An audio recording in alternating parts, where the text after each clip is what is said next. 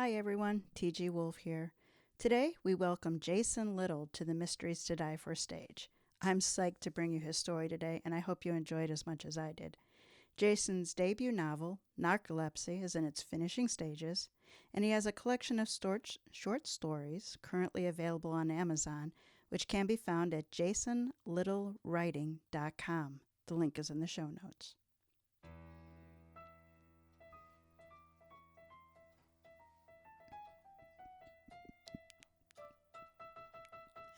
Welcome to Mysteries to Die For. I am TG Wolff, and I'm here with Jack, my piano player and producer. This is a podcast where we combine storytelling with original music to put you at the heart of a mystery. All of our stories are structured to challenge you to beat the detectives to the solution. These are arrangements, which means instead of word-for-word readings, you get a performance that's meant to be heard. Jack and I perform these live, front to back, no breaks, no fakes, no retakes, unless the dogs go insane because Amazon is delivering. This is Season 7, Games People Play. Games are about competition conducted according to rules with participants working toward a goal. Games are a part of every culture and are one of the oldest forms of social interaction and engagement. Games can be fun, challenging, and exhilarating. They can also be intense, cutthroat, and lethal. This season, our authors have fashioned deadly games and unscrupulous villains to test your detection skills. This is episode 13, and Twister is the featured game. This is Right Hand Dripping Blood Red by Jason Little. So, Jack, I think this may be our first mystery where I would say horror is the subgenre. Oh, all right. Sounds cool. So I think mystery lovers, you're really going to enjoy this. But if you're not a fan of horror, this may be one where you need to skip ahead. But I hope you stay along for the ride because this is a really cool story. Yay. Are you ready, folks? And also you're going to hear me attempting to do both a Southern and a French accent. And for those of you who have been with us for a while, let's just say this is not my strong suit. So just laugh and enjoy it. It'll be great. It'll be great. You see, my best accent is my Australian accent. I got really good at it last summer when I was teaching at a summer camp. Don't worry. That's like my best accent that I have. Mine is middle-aged Midwestern woman. Well, I really nailed that one. That's fair. You got the most experience on it. Alrighty. All right, here we go.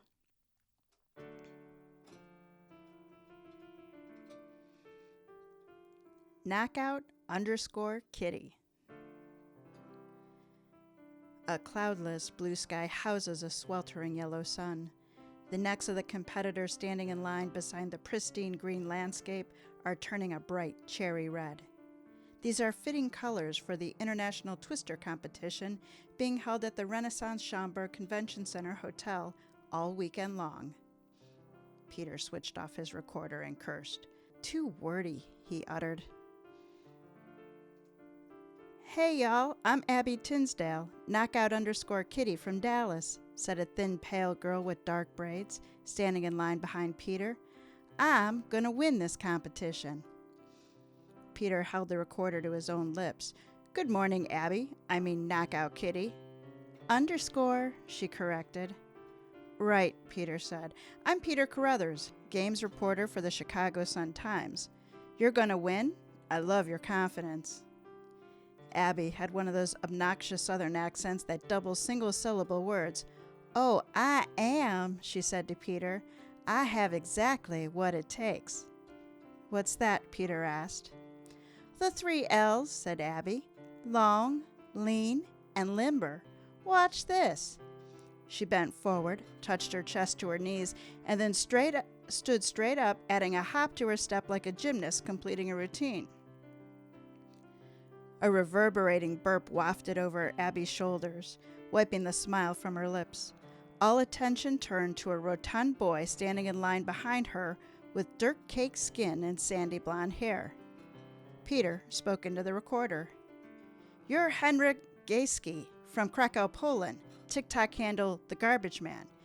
You won second in last year's competition. How do you think you'll fare this time? The grubby teen leaned closer and burped into the mic. His eyes never left Abby's. I will beat you, girl, he said in his characteristic Polish accent. I have the 3 F's: fat, fragrant, and forceful. Abby sneered at the garbage man. You know why they call me knockout_kitty? She asked. Don't care, he said back. It's because I'm a knockout, she said with a glamorous toss of her head, and because I take no guff. She stepped toward the garbage man and wrinkled her nose, then turned when a sleek SUV drove by. There he is, she gasped. Peter turned and followed Abby's gaze. The canary yellow vehicle pulled to the curb. A suited driver wearing a chauffeur's cap stepped out and opened the rear door. Peter whispered into his recorder. Our star player has arrived. Real name, Ivan Romanov. TikTok handle, Mr. Twister. The Russian national has dominated every competition since the International Board of Twister Enthusiasts began hosting 3 years ago. Abby huffed condescendingly behind Peter. Mr. Twister wore a white suit and dark glasses. His smooth outfit, then his hair, before he stepped to the curb. He immediately stepped past Peter to stand face to face with the Dallas native, Abby Tinsdale. You think you can beat me, little girl? Ivan said, his top lip pulled back in a sneer. Damn straight, Abby snapped. Without warning, she pressed both hands against Ivan's shoulders and forcefully threw the boy backward. Ivan backpedaled, stumbled, and rushed at the girl full speed. Abby caught the lapel of Ivan's suit and tossed him over her shoulder. Ivan landed on his back with an audible exhalation of air. She quickly straddled the boy with all her weight on his chest. Her teeth clamped down on Ivan's nose when a fat man in an undersized gray sports coat grabbed the girl by the shoulders and threw her aside. Abby scrambled to her feet and stepped toward Ivan, but a dark-haired woman wearing black sweats stood in her way. The woman shouted at Abby in a matching southern drawl, Not here, not now. Ivan's hefty savior, wielding a half-eaten candy bar, helped the shaken boy to his feet. Ivan rubbed his nose before checking his hand for blood. I will kill you, the champ hollered at Abby. Not if I kill you first, Abby shouted back as Ivan was dragged away. Hold on, we have to stop right here. This guy said he pulled up in a yellow Camaro, correct? It didn't say what kind of car it was. It said a canary yellow. So I thought I was thinking a taxi, but a Camaro would be a better fit for somebody wearing a white suit and glasses. So let's go with Camaro. Here's what I was wondering. Does this guy get money?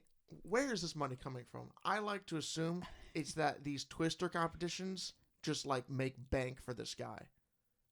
You're jumping ahead, sir. I am, but I'm going to have to ask you to be patient and listen to Mr. Little's story. I need to know. Where's this guy's money coming from? Donations. If he's driving that fancy of a car, is it because he's a Twister champion? Because if so, I need in that industry. He is a Twister champion. All right. All these characters you're about to meet are Twister champions. Is that how they make their money? Well, some of them are children, but yes. But still, it just begs the question. Okay, I'll stop. All right. Anonymous aggressor. Gavin Rosenbaum's temper flared as the elevator car hummed to the 4th floor. Mr. Twister's talent manager waited until the door opened to toss young Ivan across the hallway. Hey, watch the threads, Ivan complained. A curt, feminine voice rang down the hallway, garnished with a French accent. Finally, our Twister champion has arrived, said Sophie Planchette, the IBOT events coordinator. Gavin closed his eyes with exasperation. Trailing behind Sophie, who rapidly approached down the hallway, were 3 officials wearing black suits accented by red shirts. Laminated placards hung from their necks, marking them as judges of this year's competition. Gavin composed himself before turning to address Sophie and her cohorts. He managed a half-cocked smile. My client is here. He is ready. I am not ready, Ivan intoned with a furrowed brow. I need to prepare. We had press, Sophie said harshly. She adjusted her tortoiseshell glasses and straightened her brown pantsuit. You and the judges were supposed to meet the Tribune reporter 3 hours ago. Sophie nodded over her shoulder at the three officials. Oh, takti, Ivan, said the male judge. The two female judges remained silent as they stared daggers at the boy. Etaya, Ivan nodded. He gave a shrug and walked away. Sophie glared at Gavin. Your client better fulfill his contract, or else. Gavin's eyes widened. Or else what? You don't want to find out, Sophie sneered. Gavin jutted out his hands to placate the three women who stood bristling at Ivan's impudence. The male judge did not have the same reaction. Something about his eerie smile unnerved Gavin, who did what he always did when he grew nervous. He reached into his pocket, took out a Snickers bar, and ripped open the packaging. He took a bite and, in the process, bit his finger as he turned and huffed it down the hallway. The moment the hotel room door slammed shut, Gavin grabbed Ivan by the shoulders and slammed him flat against the wall. You had better take this seriously, he fumed inches from the boy's face, or that pig-tailed spaghetti noodle outside won't have a chance to kill you. I'll do it myself. Chill out, Ivan said, sitting on the bed. You're really killing my buzz. That's 3 times I've been threatened today, by the way. He shrugged as he removed his clothes. Clad only in his underwear, he lay on the carpet face down, with his arms outstretched. What are you doing? Gavin shouted. We have press. You heard that French bulldog. She's ready to toss you out on your ass. Then you'll be finished. I'll be finished. I need to prepare, Ivan said. Shtobeni. Use your English, Gavin shouted. I'm proud of my Russian heritage, Ivan said with conviction, unlike some people I know. Gavin hurried to the door, opened it a crack, and flipped the latch so that the door would not lock. I'm going to the kitchen to see if they have anything to eat. I'll be back in 10. Make sure you are dressed and ready for press shots by the time I get back. With his anger boiling, Gavin slipped into the hall, leaving the door thudding against the lock bar with a dull clang. Peter finished interviewing a frizzy-haired boy wearing 3 gold chains. Mitch Tokovich, TikTok handle, The Spinner Doctor.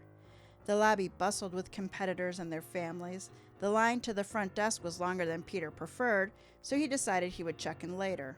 Interviewing the top players was a far more important task. Peter? Came a familiar voice. Peter turned and involuntarily pursed his lips. Kane Gilroy, dressed in one of his signature Hawaiian shirts, gave Peter a long up-and-down glance. His eyes paused on the camera Peter wore around his neck. Is that an Amazon editor's choice? It's a Nikon, Peter said defensively. I heard you got fired from that blog, Kane said, sharing a smirk with the 2 lackeys behind him, lugging lighting equipment. It was a legitimate website, Peter grumbled. Kane gave a derisive snort. You here freelancing? No, Peter said defiantly. I got a job with the Sun-Times. What the hell? Kane said. Moving up in the world. Where have you been? Sophie barked as she quickly crossed the lobby floor. You're late, she informed Kane and his crew. Lady? Kane snapped back. We were here 3 hours ago. You told me your boy wasn't here. You were supposed to stick around, she said angrily. Kane thumbed over his shoulder. We were getting exterior shots of the hotel. He looked over at Peter and added, with my Leica Q3. Well, he is here now, Sophie said. Come, come. The competition begins in 1 hour. Sophie stormed away. Kane gave a mocking smile at Peter's camera and then rolled his eyes. Duty calls, though why the hell the Chicago Tribune has me covering a twister competition is beyond me. See ya, Peter Parker, Kane ordered his men to follow. I hate when he calls me that, Peter grumbled. Asshole. He watched the French woman lead Kane and his associates toward the bank of elevators. Peter gripped his camera and uttered, It's a Nikon, before sprinting for the stairs. Ivan pressed his chest to the floor and lifted his legs up toward the ceiling and backward over his head. His legs stretched out like a scorpion's tail, his back bent like an arched bow. His spine cracked, which brought a pleasurable moan to his lips as he planted his feet on either side of his chin. Isn't this a kid we're talking about? This is a kid. That's creepy. Sorry, Mr. Little. That's weird. That's a weird line you wrote. Which one? A pleasurable moan to his lips? Well, he cracked his back. Mom, if you ever write a child... He's a teenager. No. He's like a year younger. Underage. He's like a year younger than you. You're telling me he's 19? Well, that's still a teen, isn't it? I guess so. We'll pretend he's 19. But nonetheless, it doesn't make it less weird that I have to imagine that. We are going to start that section over.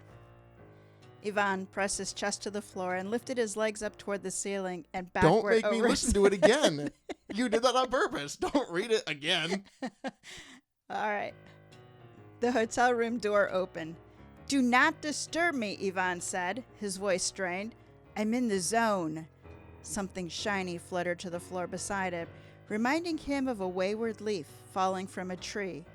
He flinched when two firm hands pressed against his back, flattening him further into the floor. "Hey!" Ivan wanted to shout it, but he couldn't breathe. "I said I'm in the zone." The pressure increased. The bones in his back painfully snapped. Ivan let loose a gag. His tongue jutted from his mouth, his body filled with adrenaline. No matter how much he tried to move, his neck nor his limbs would respond to his commands. He fought to fill his lungs, to scream, to exclaim to the world that he was paralyzed, but he never got the chance. Thunk! A heavy blade hammered down on his wrist, biting into the floor. Ivan's hands separated from his body and bounced, twitching like a landlocked fish.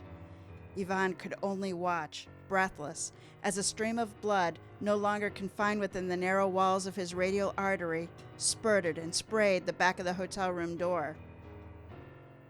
Breathing, fast and shallow, Ivan's life force pulsed and quickened, drained out onto the carpet.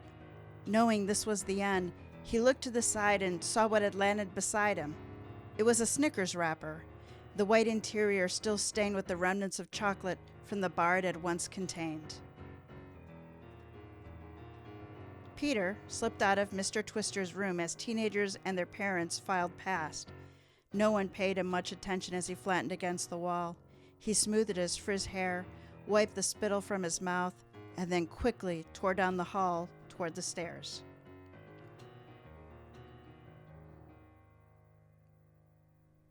A rapid response. "What do we have here?" Detective Sam Carlyle asked when lobby security allowed him entry. "A dead kid," whispered Officer Melanie Sanchez. She handed over a paper cup of coffee, still steaming. "This is some kind of competition?" Sam asked as they strolled quickly toward the elevators. Mel sipped her own coffee and nodded. "It's Twister." Sam took a drink and hummed introspectively. Invented in 1966 by toy designers Charles Foley and Neil Rabbins, originally called Pretzel, the game became a cultural phenomenon when Johnny Carson contorted with Ava Gabor on The Tonight Show. The elevator doors slid open, and the pair stepped on. Mel scoffed as the car ascended. "Is there anything you don't know?" "Yes," Sam said. "Who knew Twister competitions were a thing?" "You apparently don't use TikTok," Mel said. "Chinese spyware," Sam uttered as he enjoyed his coffee. "Invented by one Zhang Yiming, the founder of ByteDance." Mel cocked her head and stared back at Sam. "What?" he asked. Inside the hotel room, Sam and Mel stood over the body of the half-naked victim. Mel gave her head a shake. "How is his back bent like that?" she asked. "He looks like a crab. Hurts me just to look at it." She clicked her teeth as she noticed the boy's severed hand lying in the center of a puddle of blood. "Normally it's the killer we catch red-handed," she quipped. Sam eyed the body and gave his head a shake. "A perfect circle." "Meh," Mel intoned. "I'm more of a Tool fan myself." "What?" Sam asked. "No," he pointed. "The blood around the hand. It's formed into a symmetrical sphere." Be on the lookout for a killer with a protractor? Mel asked. Sam nodded. Or a severe case of OCD. I can relate. Mel looked around the room. Our suspect is tidy, save for the life batter splatter against the door. She looked over her shoulder. Candy wrapper, 6 o'clock. Bending to inspect the crinkled sheet of shiny plastic, Mel asked, Think it belongs to our pliant prey here, or our meticulous murderer? Only one way to find out, Sam said. Mel swiveled her fingers. I'll get this processed and put it in a report for you ASAP. I know you will, Sam said. Mel eyed Sam and inquired, When are you going to recommend to the chief that I become your partner? When you bribe me, Sam said. Mel gave a huff. Well, detective, let's see you work your magic. Who done it? Sam mentally processed the scene. He pointed to the deep purple bruising along the shoulders. I'm guessing a male over 200 pounds with a hate-on for our champ here. There's a few DILFs here that meet that description, Mel said. DILFs? Sam asked, spiking one eyebrow. Attractive dads, Mel shrugged, her cheeks glowing. Sam rolled his eyes. Notice, did you? Hey, Mel said defensively, I've been single for 3 years, 18 days, and 6 hours. But who's counting? Sam asked. Mel said, a father who wants his kid to win $1 million could be motivated to take out the competition. $1 million, Sam said? For Twister? Mel gave a nod. Insane, right? Sam glanced at the door and added, Let's wait until nightfall to vacate the body. No need causing a commotion with the Twitzerazzi. Speaking of, Mel nodded at the door. Sam cornered Peter later at the end of the hallway. After a flash of a badge and an introduction, it was time to understand how the reporter came to be inside the victim's room. The door was unlocked, Peter said, his fingers nervously caressing the camera around his neck. It was propped open by the lock bar. I wanted an interview, that's all, for my column. I'm a games reporter. Chess, bridge, poker, and now Twister, Sam said. Did you see anyone else go inside? Peter bunched his shoulders around his ears. Not a soul. The hallway was packed. Everyone wanted to see Mr. Twister give a demonstration. He's sort of a celebrity on TikTok. You've never seen anyone so flexible. I have now, Sam said. His eyes trailed to the door where, just beyond, the victim was frozen into a position that would turn a Cirque du Soleil acrobat green with envy. Do you have any weapons on you? Of course not, Peter said. He opened his jacket and turned out all the pockets. Well, actually I do. Peter held up his Nikon. To most, it's only a camera, but to those with something to hide, it's a sharp knife to the heart. When Sam stared, he added, Sorry, I guess I shouldn't joke at a time like this. Gallows humor always gets me in trouble. Turning the camera around, Peter added, I think you should see this. Sam watched the reporter flip through a few albums on the viewfinder. He saw chess players seated across from one another, polo players in mid-swing astride the backs of wild-faced horses, and wrestlers tangled up, muscles bulging. Peter stopped scrolling and eyed the detective. Interesting, said Sam, as he stared at a particular photo. This is last year's iBot competition, Peter whispered. iBot, Sam whispered. Is that a new product? It's an acronym, Peter explained. It stands for the International Board of Twister Enthusiasts. This is Mr. Twister's winning the final match. He beats the garbage man with a right hand on red, Sam finished. Both men looked at the closed door of the hotel room, 424. More like right hand dripping blood red, Peter said. Sam slowly shook his head at the unnerved reporter. Gavin Rosenbaum, Sam said. He found Gavin in the lounge. The man hardly fit into the gray sport coat he wore. He certainly did not need 2 slices of blueberry pie. A garish ring topped by a flashy red jewel sparkled one of his fingers. Sam introduced himself and flashed his badge. Mind if I sit? It's a free country, Gavin declared past the blue pasty mush in his mouth. Mr. Twister's talent manager followed the detective's eyes to the plate set before him. I'm a nervous eater, Gavin said. He shoveled more pie into his mouth. Witnesses claim they heard you arguing with Yvonne right before, Sam said, letting his pause infer the obvious. Gavin stiffened. He was late. That French witch was on my case all morning. He didn't take this. He spread his arms wide. Seriously. I needed that. I needed him to take this seriously. Sam asked the question that burned in his mind. Does a Twister competitor need a talent manager? Gavin swallowed and inhaled sharply. When you reach the level of popularity that my client, Mr. Twister Yvonne had, my services become invaluable. Such as? The detective asked. Scheduling, Gavin blurted. Making sure he shows up on time for events. But you said he was late, Sam said. He never listens. Gavin groaned. He amended with a whisper, listened. Burying his face in his hand, he pushed the plate aside. I'm finished, he said. Sam frowned. With the pie? With life, Gavin corrected. Sam stood up from his chair. We need to notify the next of kin. Any ideas where they are? Dead, Gavin said.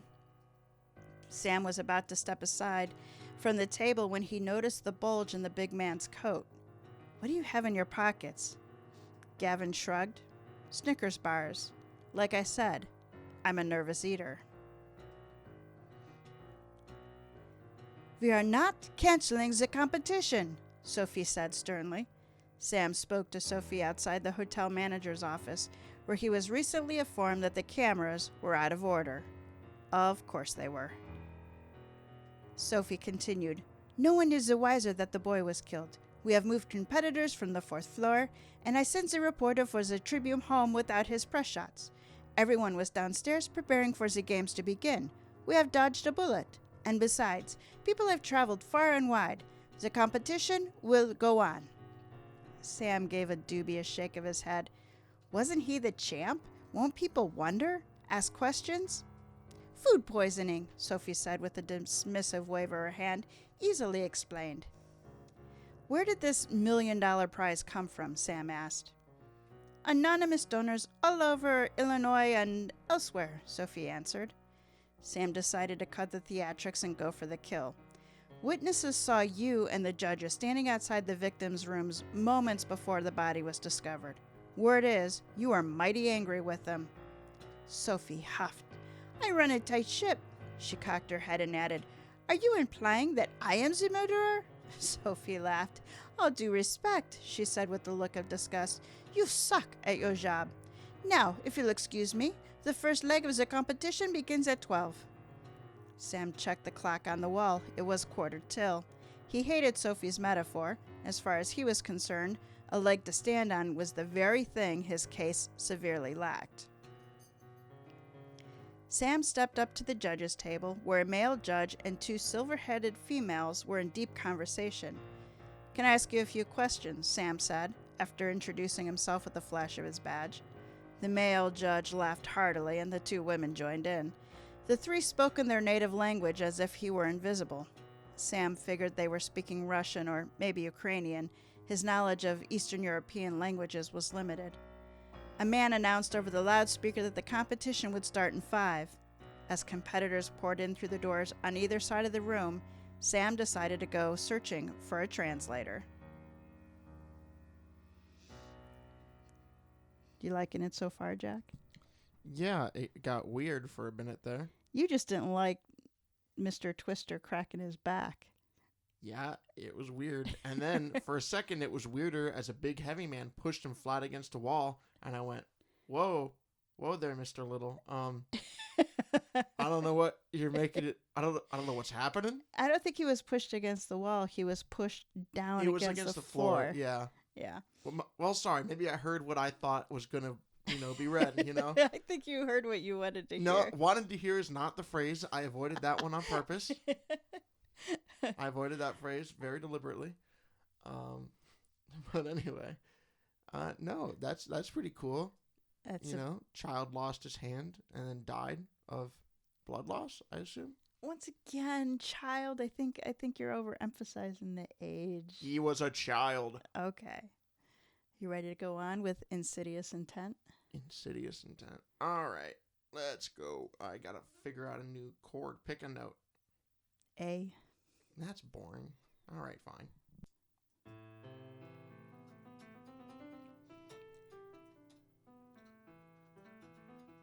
Henrik, oh man, I forgot how to say his last name. Henrik Jawuski, aka the Garbage Man, slipped his keycard into the slot. The light flashed green. He pushed himself into the room and was not surprised to find a red-headed boy seated on the edge of the far twin bed, watching TV. Oh, hell no, Thomas Miller blurted as he grabbed his bags and hurried across the floor with his fingers pinching his nose. I am not about to share a room with the Garbage Man. Suit yourself, gingerbread man, Henrik smirked as he held out a flat palm. It's ginger spread man, like spread across the mat, the boy grumbled. You always get it wrong. He slapped the remote into Henrik's hand before storming for the door. Henrik settled onto the opposite bed as the hotel room door opened, then slammed shut. He managed to change only a single channel before someone knocked. Forget something? Henrik called out, his voice culminating in a wet burp. He hopped off the bed and reached for the door handle as the lock whirled from the other side. The knob twisted and the door opened. Well, well, well, Henrik said, licking his lips. He bent to scoop up a perfectly delicious lime green grasshopper pie that beckoned from the carpet at his feet. I accept, he said. He shrugged, shut the door, and carried the pie to the desk. Licking his lips, he plunged his hand deep to the bottom of the tin and flinched. Snap! Two metal jaws with razor-sharp edges camouflaged with the rich delicacy closed tight onto Henrik's arm, cleaving the hand entirely from his wrist. Henrik stood from the chair and stared at the sheen of white bone that glistened amid a sea of syrupy crimson. Opening his mouth to scream, his voice emerged as a whisper. Blood rained onto the carpet with a succession of flat plops. He took one step, then another, as he reached for his pocket to retrieve his cell phone, but in the process rubbed the raw wound against his pant leg. The pain brought him to his knees. Then he collapsed. He opened his mouth to give one final shot to whoever may be near, but no sound emerged. He could only watch as his vision darkened, as his essence drained from the spot where his filthy hand used to be.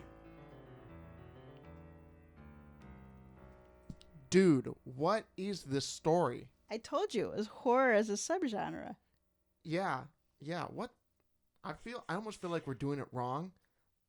Like, I'm sitting over here playing piano, and you're just like, and then his hand fell off. I'm like, I feel like this isn't how it was meant to be read. How do you think it was meant to be read? Hold on, give me the next chapter. I'll read it. Wait, I got to reread that chapter because I don't think the next one will be as terrifying as that one. No, because the next one is the cops one. Ah, I see. So you want me to when we get to when you get to the next, terrified. There's another one. That's what we're finding out, ladies and gentlemen. We've been spoiled. There's another one. I wonder who it'll be. I bet it'll be the one girl. Oh yeah, that'll be true. It's okay. Well, I'll just I'll go in and post, and then I won't do the piano. I'll just like talk over it. Okay. We can try it. I'll let you know when we get to a point and you can read it. That's all right. I'll try and do it justice. We have to stop meeting like this, Mel said, as she stood behind Sam. Both looked over at the deceased Heinrich Gawitz. A bear trap in a pie? Have you ever heard such a thing? Bear traps have teeth, Sam said. He walked over to the table and leaned close to examine the gore-covered dessert with the victim's hand buried in the center. Sam noted the dirty fingernails. This device has a razor's edge. Which beckons the question, Mel said. Sam nodded. How did it get past security? Right, Mel said. They gave me hell for my badge and gun. You too? Sam bent closer to determine if he could discern any clues from the murder weapon. Flirting helped, Mel quipped. Think our murderer flirted his way past the guards with the weapon straight out of the Saw movies? Never seen any of them, Sam said. I'm betting our murderer has, Mel retorted. She whistled. The boy stinks. Maybe the killer didn't want to get close. That's far-fetched, Sam said. Mel used an inverted plastic bag to pluck the hand free of the pie tin. The moment she looked up, she uttered, crap. Sam spun to find Peter standing in the doorway. The reporter noticed Henrik dead on the floor and pointed to the severed hand coated in green goop inside the plastic bag. Left hand green. Sam sighed with annoyance. He positioned himself in front of the desk to hide the gruesome murder weapon housed within the bloody pie. Peter entered the room with his camera outstretched before him. The viewfinder depicted a frozen image of the victim, Henrik Gawitz, with his hand inches away from a green circle. Someone is killing off the competitors according to their last winning moves, Peter said. I don't know about you, but I'm stumped. Impressive, Mel said. Sam regarded Peter and Mel with disdain as he wiggled his index finger slowly, back and forth.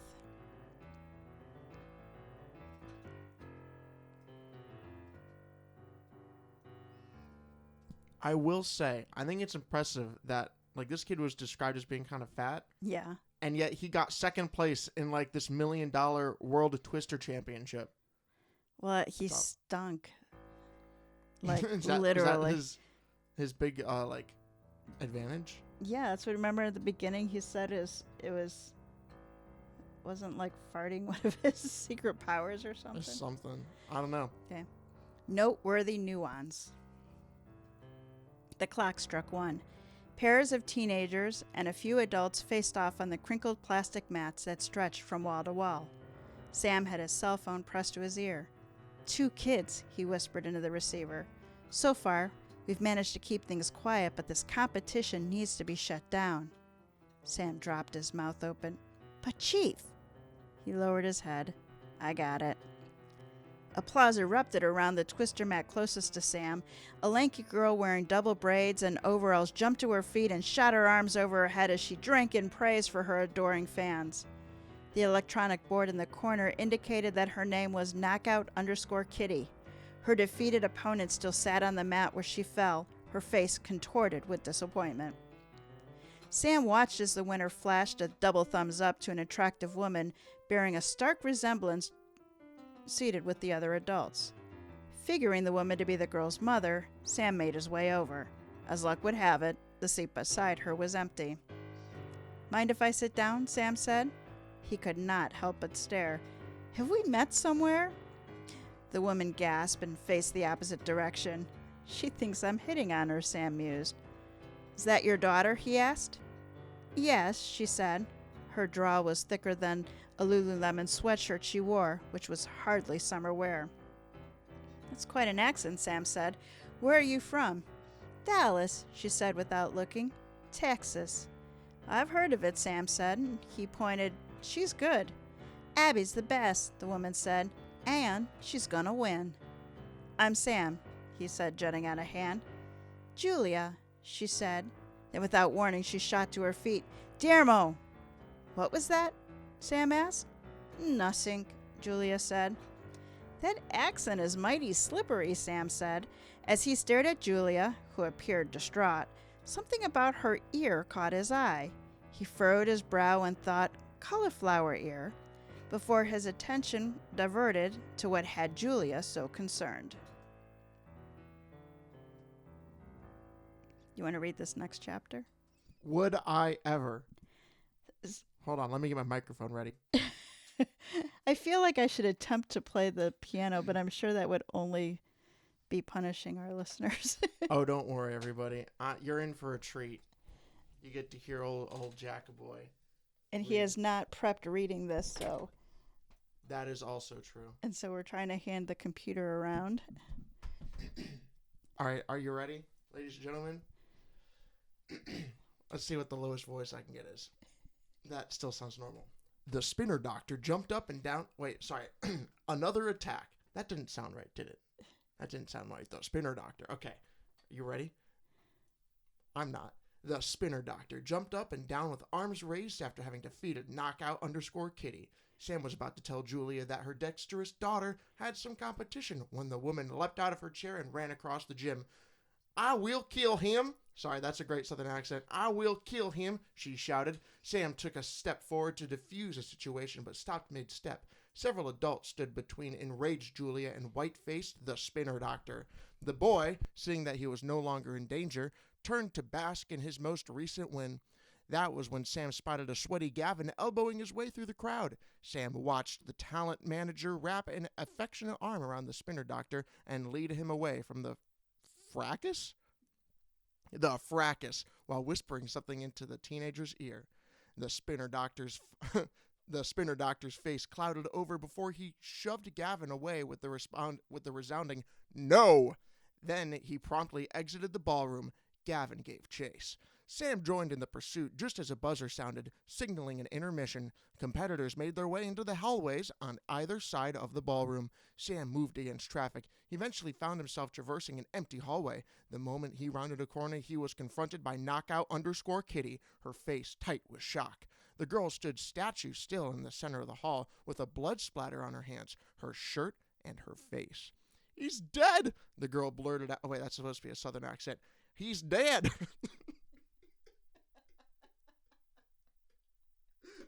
That's And you think you do horror better than I do. So that's my fault. "He's dead!" the girl blurted out in a frantic whisper. "Who?" Sam demanded. "Your name is Abby, is that right?" "Yes," she whispered. Oh, it's my bad. "Yes," she whispered as she pointed towards the men's room. Sam ushered the girl into the restroom. "What? Into the restroom?" He told her to remain near the door, that he would find her help. Okay, I should have read this before I started reading it. He hurried her to the far stall where a puddle of blood continued to spread across the floor. Sam threw the stall door open. The spinner doctor with his 3 gold chains lay on the floor, his body rocked against the toilet, 1 foot cleanly removed. The meaty stump trickled blood onto the bone-colored tile floor. The detective studied the boy's face. "Who is this?" Sam asked the dying teen. "Who did this?" My bad. Sam asked the dying teen. The boy whispered, before having a final breath. "The what?" Sam felt like screaming at the boy, not in anger, but in frustration. The mean French lady? The male judge? The manager with the late Twister Mr. Twister? My bad. "Right foot yellow," came a voice over Sam's shoulder. The detective Oh my gosh. The detective spun to find Peter pointing at the toilet. Sam followed the reporter's gaze to the blood-smeared basin where the victim's right foot floated in a pool of murky urine. Ew. Peter pointed the camera's viewfinder in Sam's direction. Sam found himself staring at a frozen shot of the deceased young man's recent win over Abby moments ago. The boy's right foot was clearly planted on a bright yellow circle. Sam laid both hands on Peter's arms to guide him away when something peculiar caught his attention. He squatted down slowly and noticed a Snickers wrapper crumpled up behind the toilet. I hoped you love my takeover of Mysteries to Die For. I'll admit, I think I'm going to leave the reading to TG Wolff from now on. I hope you liked my my southern accent. That was funny. Why, thank you. I tried. I was going to say, I think you tried to make it scarier than when I do it. Yeah. But I don't think you accomplished that I don't think I did either. Look, I know, but you hadn't read it before. You were reading it cold. Nonetheless, I don't have the voice for horror. I don't have the voice for horror either. That's the problem. Sorry, Mr. Little. We need to get somebody with a deeper voice. Yeah, we got to get Morgan Freeman. Yeah. All right. Jack's putting his hands back on the keyboard. A detestable dinner. Sam stepped into the dining room and took a seat beside Peter. Each table was adorned with a twister mat tablecloth and a jello mold centerpiece colored either blue, yellow, green, or red. Peter leaned over and said, "Who do you think is the murderer?" Sam never did have patience for armchair detectives, especially when they had not been ruled out as a suspect. He excused himself from the table. "Nature calls," he told the noisy reporter. He headed for the privacy of the hallway with his phone out, but he quickly shrank inside the doorway. A male judge stood in the hall with his back against the wall. Sophie had her arms wrapped around the man's broad shoulders. The more she attempted to kiss his neck, the more he pushed her away. Sophie sighed with frustration and stormed away, right in Sam's direction. Sam watched the male judge fix his hair and straighten his suit before he sauntered away. "Detective," Sophie said, regaining her composure. She wiped her weepy eyes and pushed Sam against the wall. "I have something to tell you." "You two," a man barked, appearing out of nowhere from inside the crowded ballroom. The name tag on his white outfit read Chef Starsky. "Lunch is about to be served. Take your seats." Gesturing into the room, he added a succinct, "Please." Like two students caught skipping class without a hall pass, Sam and Sophie quickly entered the dining area and found their respective seats. Chef Starsky clapped his hands and said, "Lunch is served," complete with a bow to everyone in attendance. The dining room exploded in applause as the servers began serving what appeared to be stew. Sam looked down at the steaming bowl that contained blue onions, yellow bell peppers, green leeks, and red tomatoes. He scooped a healthy portion and brought the spoon to his lips when a terror-filled scream filled the room. All attention turned to Abby, who pointed at the blue jello mold in the center of the table. Suspended in the center of the ice blue mound of gelatin was a human hand, severed at the wrist, with only stumps where fingers should be. People quickly rose from their seats.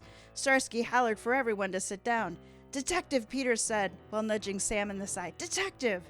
Sam looked over and then down at the bowl of stew set before him. Floating in the broth were sections of a human finger. One of the pale cylinders wore a gold ring complete with a red jewel. "I've heard of finger foods," Peter said in a gulp, "but this is ridiculous." "Not now," Sam uttered as he stared down at the morbid meal before him. "Not now." It was totally Starsky. Stark? Starch? Now you got me doing it. I don't know. I don't remember. I didn't actually see the spelling of his name. Starsky. Starsky. I bet it was Starsky. That's my bet. $1 million bet. Also, 3 people have died. Now a 4th. And we're just like, well, let's have lunch, guys.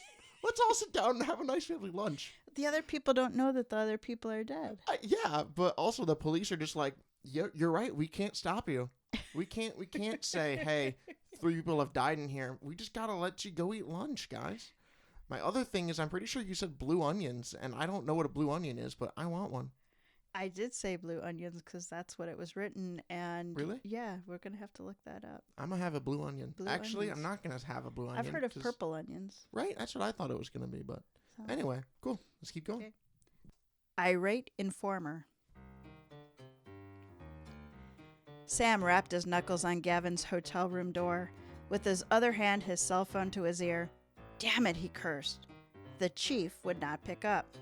Sam hurried downstairs and crossed the lobby in an attempt to find the hotel manager. Teenager and adults occupied every piece of furniture. Many of them sat huddled and engaged in hushed conversations. More than one wiped their weepy eyes. "So much for keeping things quiet," Sam uttered. As he passed the bar, he noticed Peter standing over by 3 suited gentlemen who sat huddled around a small table. Standing over by 3 suited judges who sat huddled around the small table in the corner. To Sam's utter amazement, Peter was in the midst of a full-blown meltdown. Sam made his way over. He assumed Peter was badly slurring his words. Then it dawned on him. Peter was not speaking English. The male judge rose and chuckled. He patted the 2 women on the back, and all 3 stood to leave. Peter strolled to the bar and slumped onto a stool with a long exhale, his face devoid of color. "What was that all about?" Sam asked, taking the seat beside him. Peter erected his pointer finger as he said to the bartender, "One more zier, my good man." Then he tucked his chin into his hands. "I spent my senior year in Russia," he whispered, "part of a foreign exchange group. I stayed with the family and always wanted to go back. When the blog I recently worked for invited me to return to cover the Olympic-style event, I jumped at the chance. It was a wrestling competition. Some would call it sport. They called it a game. Semantics. The reporter gave a shrug. I got to talking to 2 businessmen who said they suspected cheating. Russia. Go figure. Another shrug. I did some investigating. Like you, Peter said, nudging Sam's arm. Found it was true. The shadow. The shadow? Sam asked. 10, Peter uttered. That's Russian for shadow. He was fixing the games. Who was? Sam wasn't following his rambling. The guy, Peter said, as if the answer were obvious. Him, the one, the head of the Bratva. I don't follow, Sam said. The Russian mob, Peter said, trying to whisper but failing. I caught him bribing an official. I was so focused on my dream, a Chicago Tribune column. I got photos, videos, but his men caught me. They threatened to kill me. The bartender delivered Peter's drinks. Sam held up a finger and told the young man, I'll have what he's having. On me, Peter said. The bartender nodded and stepped away. Peter leaned back in.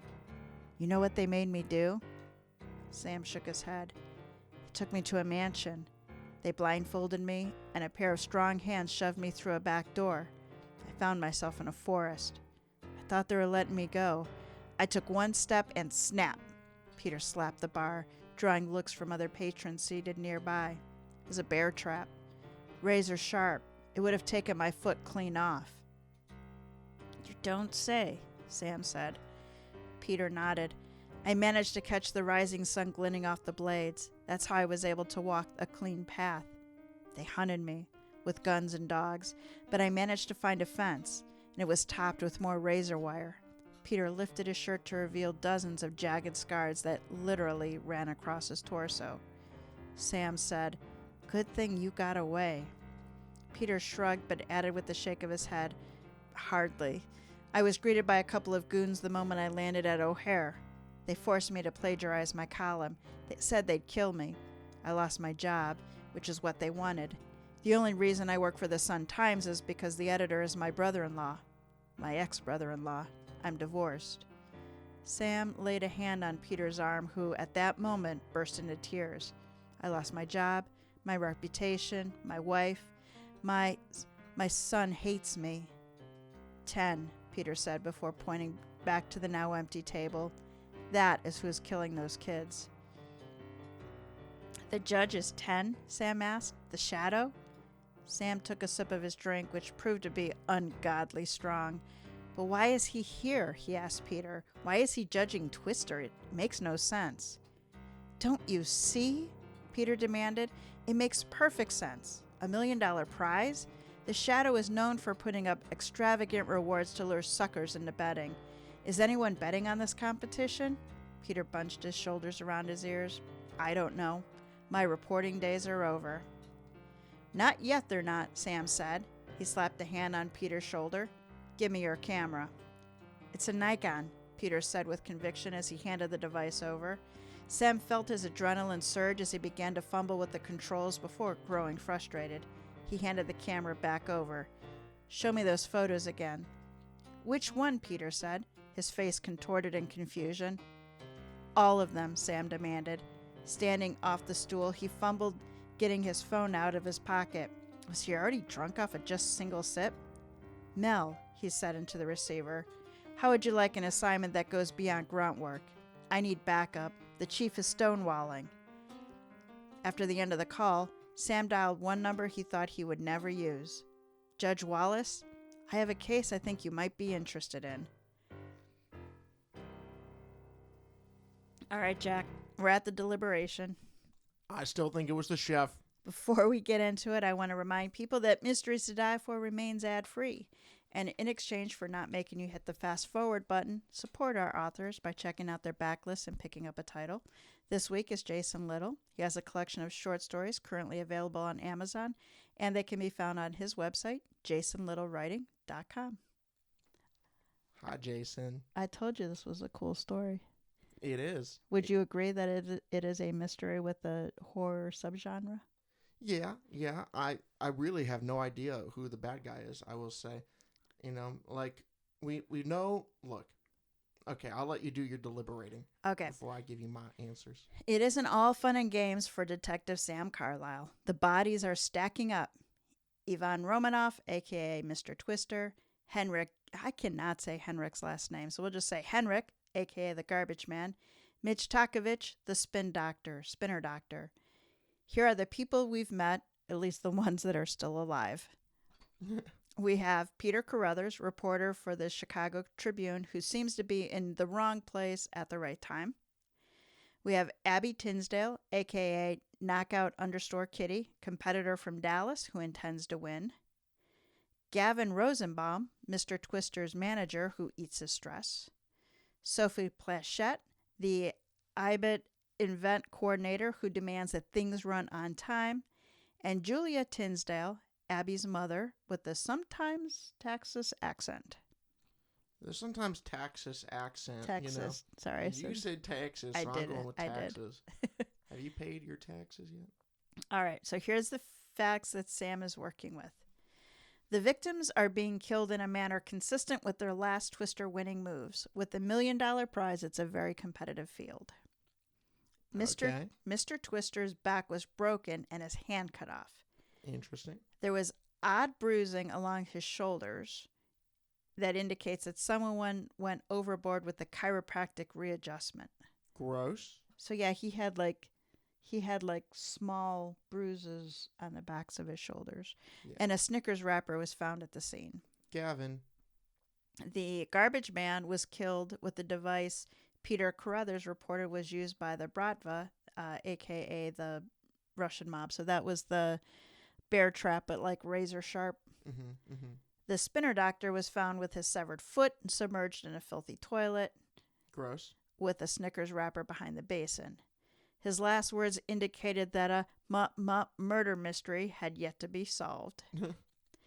And journalist and photographer, I got a typo there, photographer Peter Carruthers appeared on the scene of each murder. His Nikon held the photos of the victim's last win. He also provided information on the Russian mob and pointed to the male judge as being behind it. So now it is your turn to call the next move for Carlisle, whose hand goes in the cuffs. So you're telling me Starsky is not on there? Starsky is not on there. And actually, the male judge is not on the list either. So you got Peter.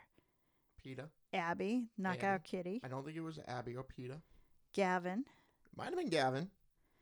Sophie.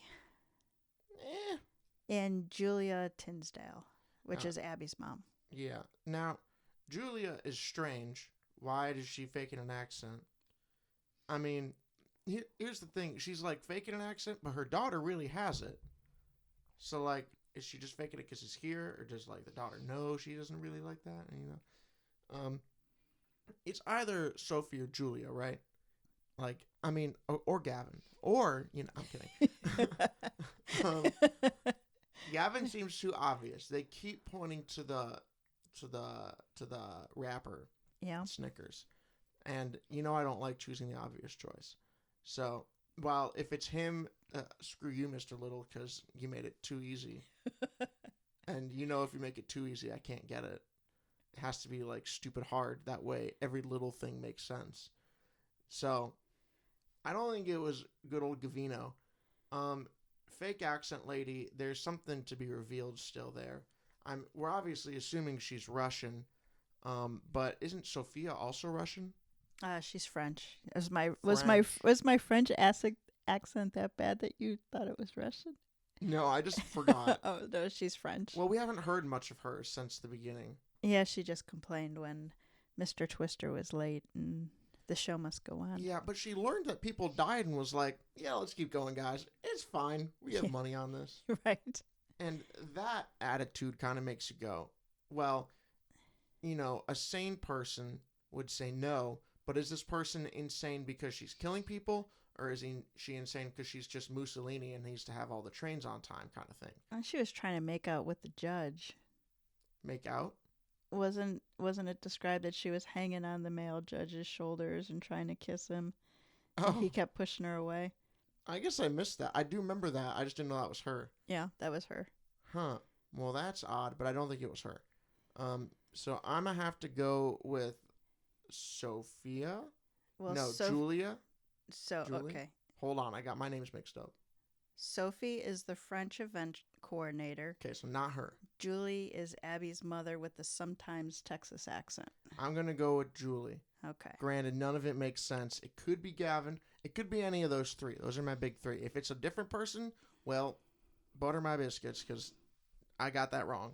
All right, mystery lovers, lock in your guess. And as a reminder to mystery readers, check out our print and ebooks. This season's book is being released in 2 parts. So part 1, Opening Gambit, came out in March 2024, and part 2, Final Move, will be released in September. Today's story is the first story in Final Move.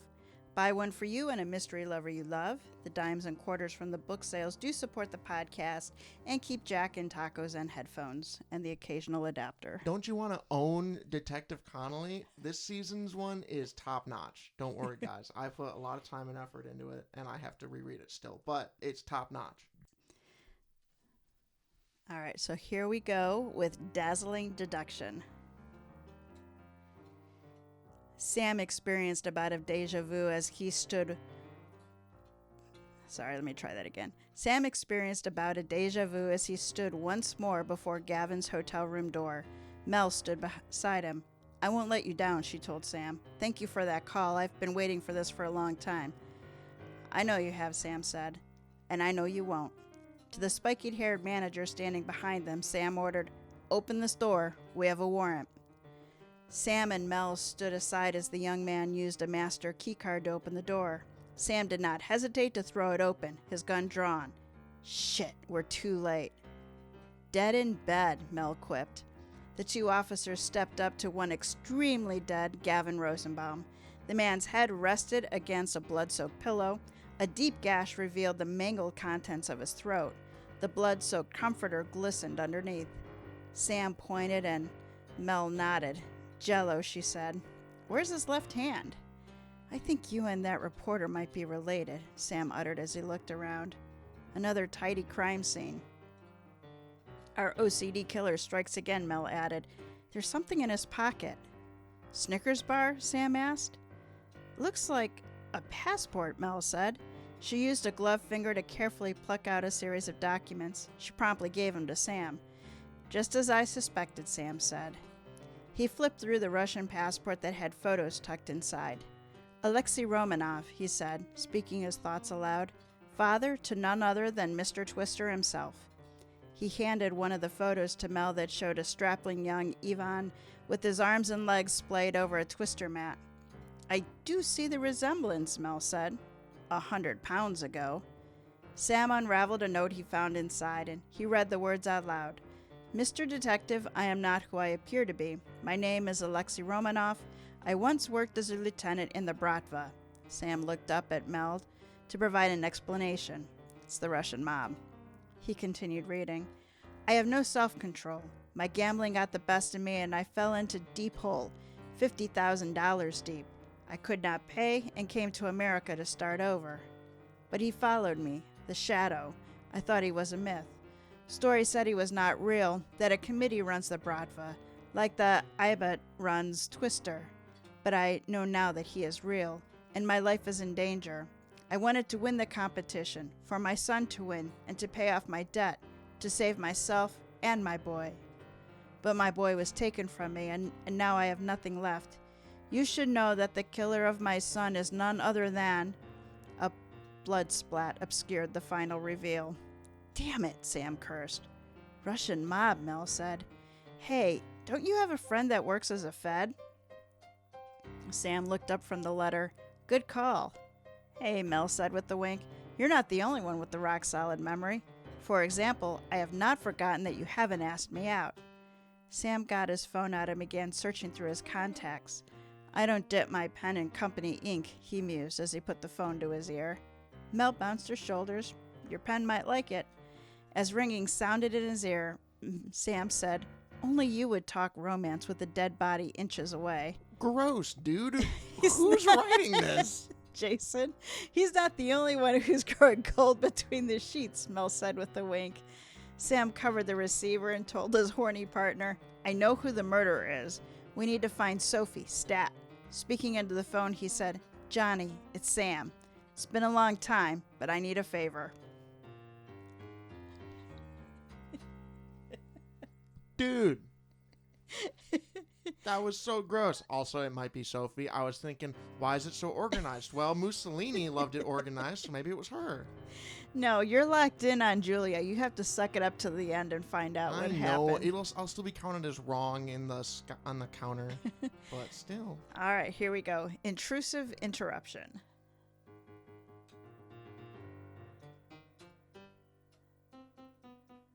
Sam stepped into the crowded ballroom to find Abby Tinsdale jumping up and down on a twister mat, arms raised in the center of the room. Sam pushed his way through the crowd while holding up his badge. Abby Tinsdale, you're under arrest and is accomplice to murder. The elated smile drained from Abby's face. She raised her arm in an offensive manner, but Sam blocked the punch.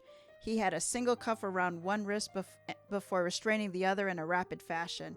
If you think you can strike an officer of the law, Sam hissed in the girl's ear, you got another thing coming. What is going on? Came a shrill voice from behind him. Sam removed a pair of zip ties as he spun to address Julia Tinsdale, the girl's mother. Thank you for delivering yourself to justice, Sam said. He spun Julia around and zip-tied her wrists tight. He addressed the exasperated crowd. Do you know why I became a detective? He asked everyone. More than a few shrugged their shoulders. My son was murdered, found dead at school. We all suspected who his killers were, boys who were jealous of his strength, his technique. My son took pride in his wrestling, but he also took pride in what he called his badge of honor. Sam held up Julia's hair and showed the crowd.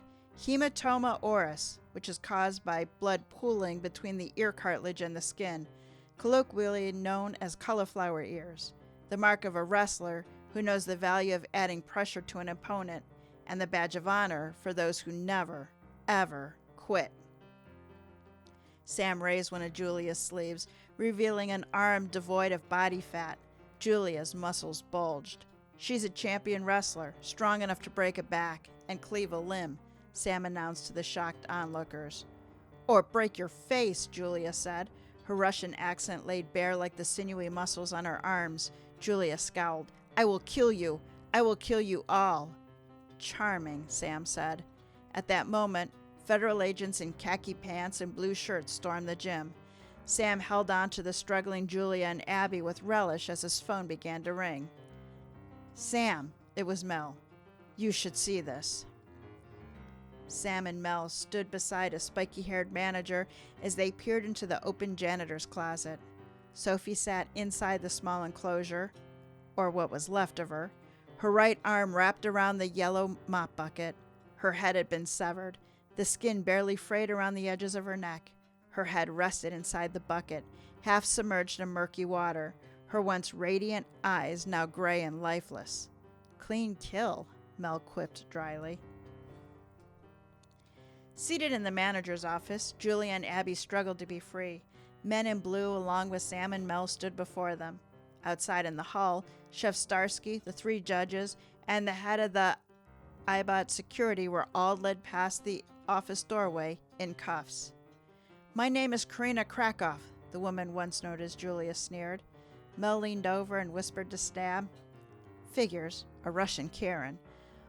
One of the agents dropped the wad of crumbled Snickers bar on the desk. These were in her pocket, the agent said. Sam clicked his teeth. So you're the killer, and you tried to pin it on poor Gavin. Karina spat on the floor. This contest was a gift from my Nadia. She was to win that prize. I sent a message to each winner not to try my girl. The bear trap is for the stinky boy. I did not want to get near him. Told you so, Mel whispered to Sam. Sam asked Karina, where did you get that southern accent? Dallas reruns on Russian TV, Karina said. Sam considered her answer for a moment. You killed the competitors because they threatened Abby or Nadia? But why the event coordinator? Sophie, Karina spoke the name as if it tasted bad. She was about to tell you about me, and she was having an affair with my husband. 10, Sam said. Da, now he won't have to choose, she said cockily. Plus, I am his enforcer. Sophie would never have the stomach to do what I do for him. Sam finally understood. You are the one who does his dirty work. You are the one who led Peter the reporter out of your mansion into the Saw the Movie themed backyard. Duh, Karina said with a wicked grin. And guess what, pigs? We have diplomatic status. I'll be home and back to work before you can say luckily. I wouldn't bet on that, Sam said. Get them out of here. The agents hauled Nadia and Karina away. Peter passed them as he entered the office. Congratulations, Detective. You solved the case. With your help, Sam admitted. And mine, Mel said with her lips pursed. Both of you helped, Sam acknowledged. Now what do you say we get out of here? Mel looked at the both of them and said, Right foot greener pastures? Both of you, Sam said. Stop it. Trophy tipple. Sam leaned back in his recliner. The soothing sounds of Straight No Chaser by Miles Davis filled the room. He lifted the Zir on the rocks to his lips, which seemed like a fitting drink given his most recent case. Beside him, on the end table, rested a newspaper. Peter Carruthers had finally received his coveted job at the Tribune that landed him an above-the-fold byline. The headline read, An International Twisted Murder Mystery in Schaumburg. Sam looked over at the phone. In the span of 15 minutes, he had received one call and made two.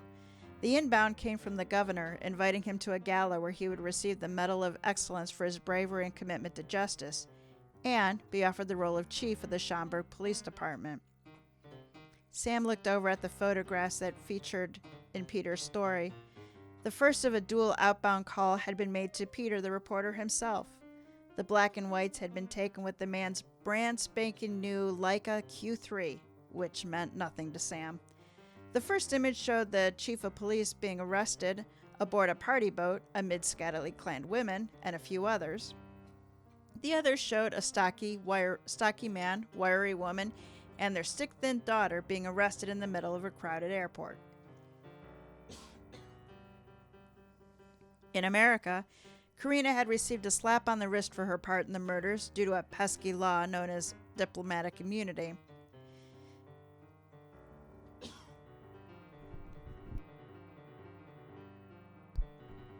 Fortunately, all three had been arrested in Sheremetyevo International Airport due to President Vladimir Putin's crackdown on organized crime.